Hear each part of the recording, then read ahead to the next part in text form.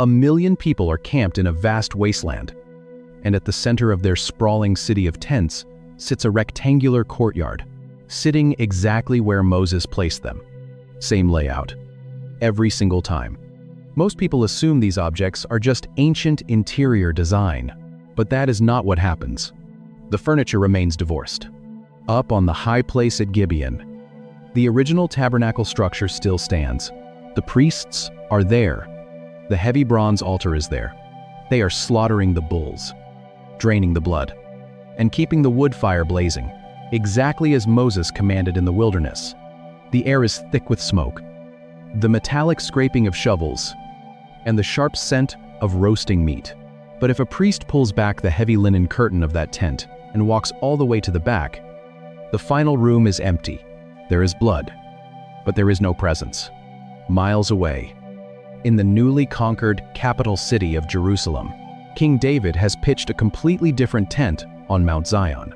Inside this makeshift, unprescribed shelter sits the golden Ark of the Covenant. There is no heavy bronze altar outside.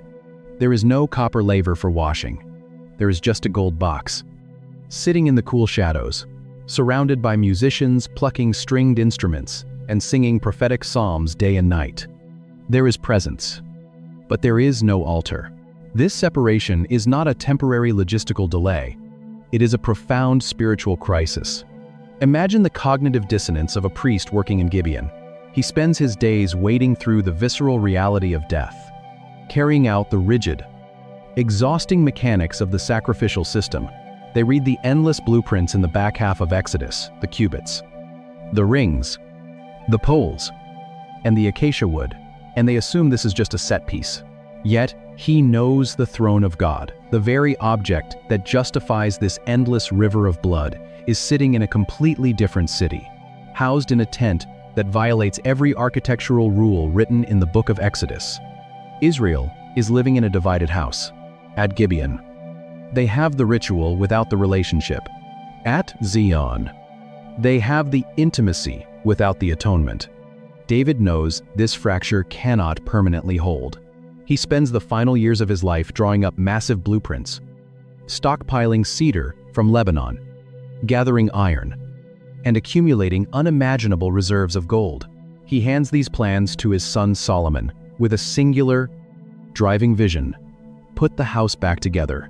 Solomon builds the permanent stone temple in Jerusalem.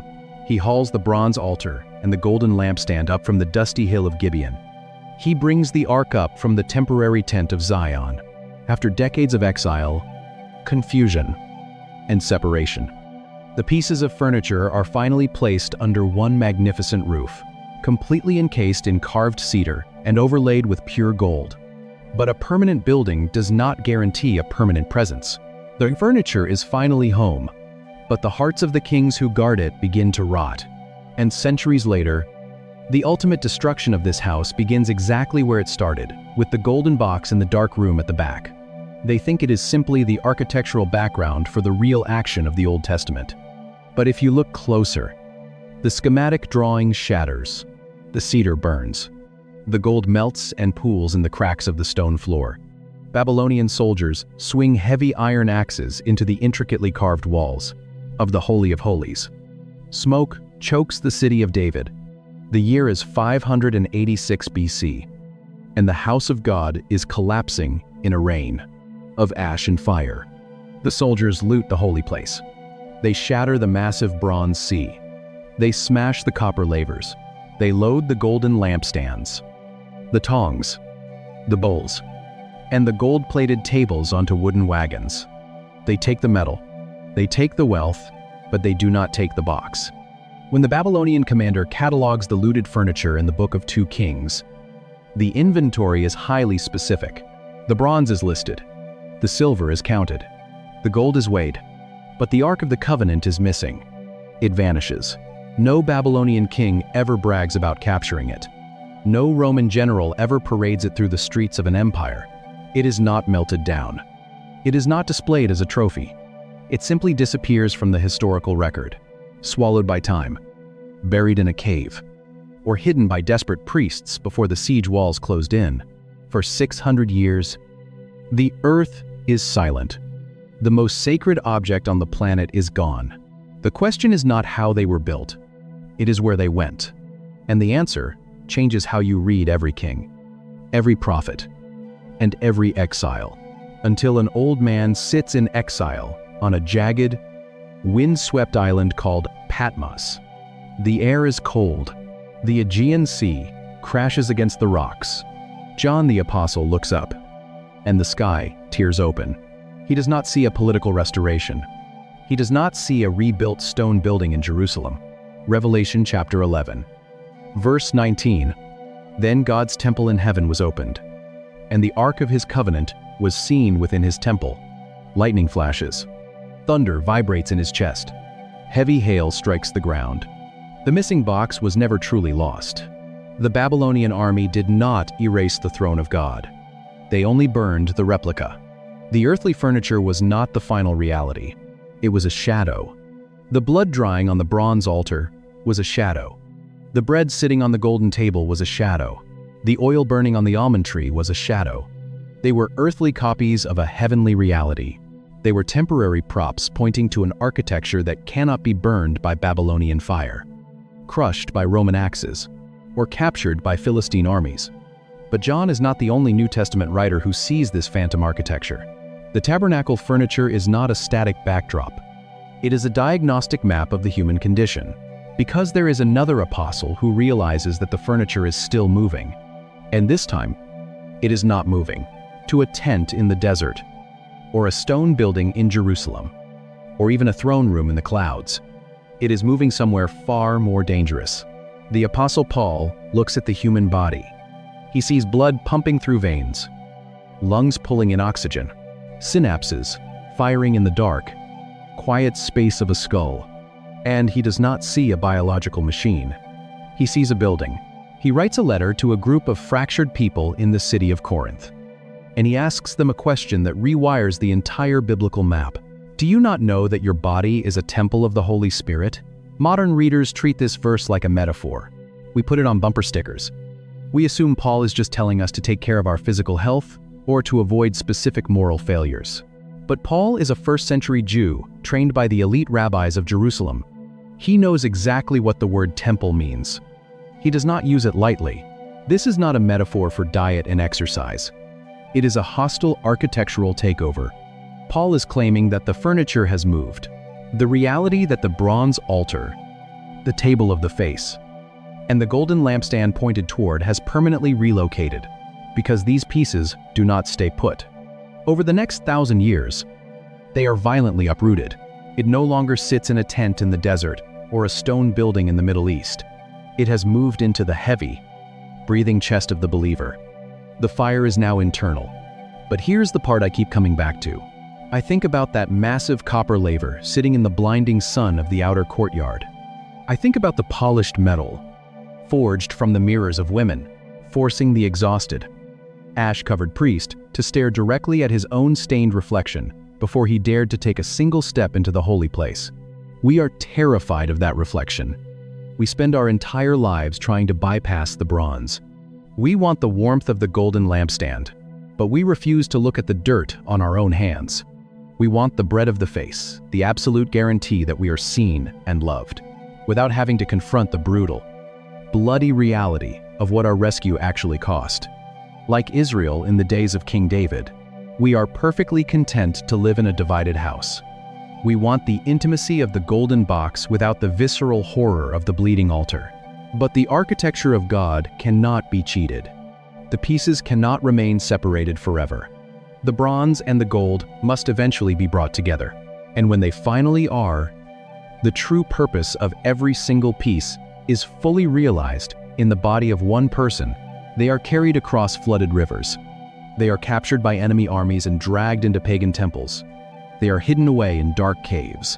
The bronze altar demanded a substitute in the desert dirt, and the true lamb was crushed outside the city gates. The copper laver exposed the stains of the exhausted priest, and the living water washed humanity completely clean. The golden table held the bread of the face in the suffocating dark, and the bread of life stepped out of the tomb into the blinding light. The hammered almond tree burned its oil through the wilderness night, and the light of the world permanently shattered the darkness. The heavy gold box surrendered itself to the hands of a pagan army, and a humiliated savior let himself be nailed to the Roman wood. The stone idol of Dagon lost his head on the temple threshold, and the kingdom of darkness collapsed at the foot of the cross. The phantom architecture finally moved into the human chest, and the Spirit of God refused to ever leave again. One blueprint, one body. But maybe the part that stays with me most is the bread. 12 loaves sitting on a gold table in a room with no windows. Not the bread of a vague, floating presence. The bread of the face, the absolute, physical guarantee that while 1,000,000 Israelites were grumbling in the sand, while they were failing, they are separated by miles of jagged terrain, creating a fractured reality where the bronze altar sits on a high place in one city. While they were losing their minds in the arid wasteland, the unblinking attention of God was still turned entirely toward them. If you are in a season where you feel completely unseen, if you are sitting in the dust of the outer courtyard, staring at your own stained reflection in the bronze mirror, convinced that your failures have disqualified you from the holy place, you do not have to earn your way past the heavy linen curtain. The curtain is already torn. The blood is already on the altar. The face of God is already turned toward you. And may the God who refused to stay locked inside a golden box in the dark walk into the fractured spaces of your own life and build a permanent home in the temple of your chest. If this reached something in you, subscribe. Leave a comment, even one word helps. Share this with someone who feels like they are wandering in the outer courtyard. Pray for us as we keep digging into these texts. While the Golden Ark sits inside a makeshift tent in another, the entire history of Israel, their loyalty, their rebellion, their spiritual amnesia is written in the physical movement of these 5 objects. They are not just metal and wood. They are a living heartbeat. Inside that courtyard, blood drips onto the coarse bronze horns of an altar. You can smell the fat burning. To understand what God is actually trying to build, you have to watch where the pieces end up. You have to follow the trail of blood, the flickering light, and the missing box through centuries of chaos. And the journey does not start in the hidden Holy of Holies. It starts outside in the dirt, right where the casual observer is forced to make a decision about a fire that is never allowed to go out. The architecture of the ancient tabernacle is engineered to force a confrontation. If an Israelite stood at the eastern gate of the courtyard looking in, they could not see the golden walls of the holy place or the veil hiding the ark. Their line of sight was immediately blocked by the largest piece of furniture in the entire compound, the bronze altar, and just behind it, the bronze laver. These 2 objects form a deliberate metallurgical boundary. Everything inside the covered tent is gold pure, soft, untarnished, representing the uncorrupted nature of the divine space. But everything outside, in the dirt, exposed to the elements and the people, is bronze. Bronze is an alloy of copper and tin. It is heavy. It is durable. And most importantly, it can withstand extreme, sustained heat without warping, a scent thick and heavy in the arid desert air. A few feet away, water ripples inside a massive copper basin. The outer courtyard is not a waiting room. It is a filter. You cannot walk into the presence of God dragging the corruption of the world with you. The altar requires a life to pay for the debt of sin, demanding the visceral, terrifying reality of a substitute bleeding out under the harsh desert sun. The air around it is constantly thick, with the blistering heat of a wood fire that is commanded never to go out, and the metallic scrape of heavy shovels clearing mountains of ash. And right behind that place of death sits the laver, a massive copper basin holding hundreds of gallons of water. Exodus records a strange detail about its construction. It was forged specifically from the bronze mirrors donated by the women who served at the tent entrance. When a priest approached the laver to wash the blood and ash off his hands and feet, he was not just looking at his reflection in the water. He was looking at his reflection in the polished metal of the basin itself. He was forced to see exactly what he was, stained and exhausted, before he dared to step past the curtain. The laver is not a bathtub. It is an interrogation. These 2 bronze pieces were massive, unwieldy, and completely exposed to the dust storms of the wilderness. For 40 years, the Levite priests had to dismantle them, reflecting the glaring noon sun and the dust on the calloused hands of the priests washing in it, carry them on their shoulders, and rebuild the fires at every single encampment. And centuries later, when the nation fractures and loses its mind, it is this bronze boundary that gets compromised first. King Ahaz literally pushes the bronze altar aside to install a pagan replica he saw in Damascus, effectively shutting down the only authorized gateway to the God of his fathers. The bronze requires blood, and it requires water. But if you survive the bronze, you are allowed to pull back the first heavy linen curtain. And the moment you step into the darkness, the metal changes. The heavy curtain falls shut behind him. The glaring desert sun vanishes. The air goes immediately cool. The metallic smell of burning fat fades away. A new scent takes over. Warm dough, hot frankincense, ground spices. He is standing in the holy place. There are no windows. There is no natural light, just heavy linen overhead. To his right stands a table, pure acacia wood, overlaid with solid gold. On that table sit 12 loaves of bread, 6 in one stack, 6 in another. They are baked fresh on Friday. They are brought inside on the Sabbath. They are eaten only by the priests. Exodus chapter 25. Verse 30 records the blueprint. God gives Moses a very specific command, "And you shall set the bread of the presence on the table before me always." Most English Bibles translate it as bread of the presence. Step inside the heavy cloth tent, and the temperature drops. Warm bread rests on a gold-plated table, carrying the faint scent of fine flour and frankincense. But the Hebrew is lechem hapanim. Lechem means bread, but panim does not mean a vague, floating presence.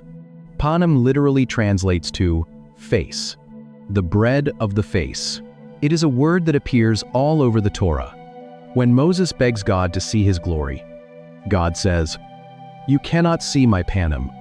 When the priests bless the camp in Numbers 6, they pray, "The Lord make his panim shine upon you." Face, attention, direct, unblinking gaze. 12 loaves for 12 tribes. Reuben, Simeon, Levi, Judah, all of them represented, all of them seen. The bread is not a midnight snack for hungry priests. It is a permanent audience. It is the physical guarantee that the eyes of God are locked onto the 12 tribes of Israel, even when the nation is asleep, even when they are grumbling in the sand outside, even when they are wandering aimlessly. The bread stays on the gold table. The face stays turned toward them. The table is not a dining room. It is an unbroken stare. When a priest eats this bread, he is not just taking in calories. He is consuming a covenant. He is internalizing the reality that Israel is seen, known, and actively sustained by the Creator of the universe. But a face cannot be recognized in pitch blackness, and bread cannot be served in the dark.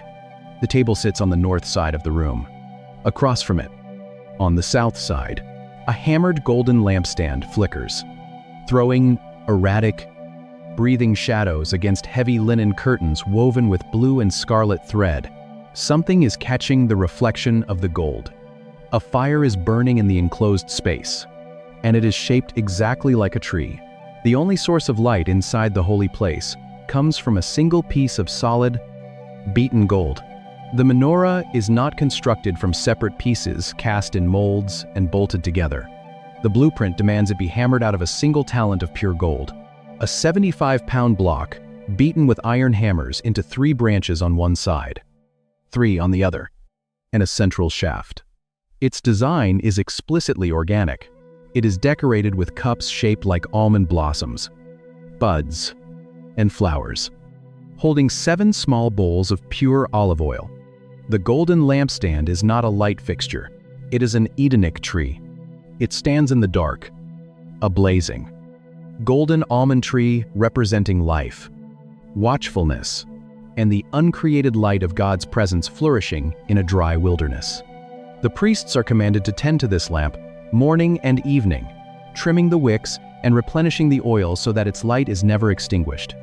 Its 7 flames burn constantly, casting their warm, breathing light directly across the room, onto the table of the face. If you are someone who feels like you are walking through a season of absolute, thick darkness, looking for even a single flicker of direction, you are exactly who this channel is for. Hit that subscribe button and share your thoughts in the comments. And deep in the final, pitch-black room, behind a veil thick enough to stop a bronze spear. Because every single week we pull back the veil to uncover the profound depth hiding in these ancient texts. So the priests keep the oil burning. But as the centuries roll on, the static camp of the wilderness is forced to pack up. The poles are slid through the golden rings, and the furniture begins to move. The tabernacle leaves Sinai, crosses the Jordan, and settles at Shiloh. And there, the people begin to treat the furniture not as a meeting place with a holy God, but as a lucky charm to be weaponized on the battlefield. They pick up the most sacred object of all, the golden box, and march it straight into a war zone. And the result is an absolute catastrophe. Dust chokes the air at effect. The shouting dies down. The clash of bronze swords goes quiet. 30,000 Israelite soldiers lie dead in the dirt. 2 corrupt priests, Hophni and Phinehas, bleed out on the battlefield, and the Philistine army walks through the carnage to claim their ultimate prize. They seize the Ark of the Covenant. Israel brought it out of Shiloh like a weapon. They treated the holy box like a lucky charm. They thought God was a mercenary they could command to win a war. But God refuses to be manipulated. He lets them lose.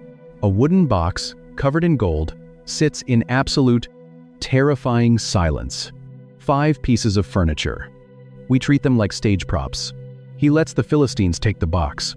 An Israelite runner sprints miles back to the city of Shiloh with his clothes torn. He tells the high priest, "Eli, the news." Eli falls backward off his chair. His neck breaks. The glory has departed. The Philistines hoist the heavy gold box onto their shoulders. They carry it 30 miles back to their territory. They haul it into the city of Ashdod.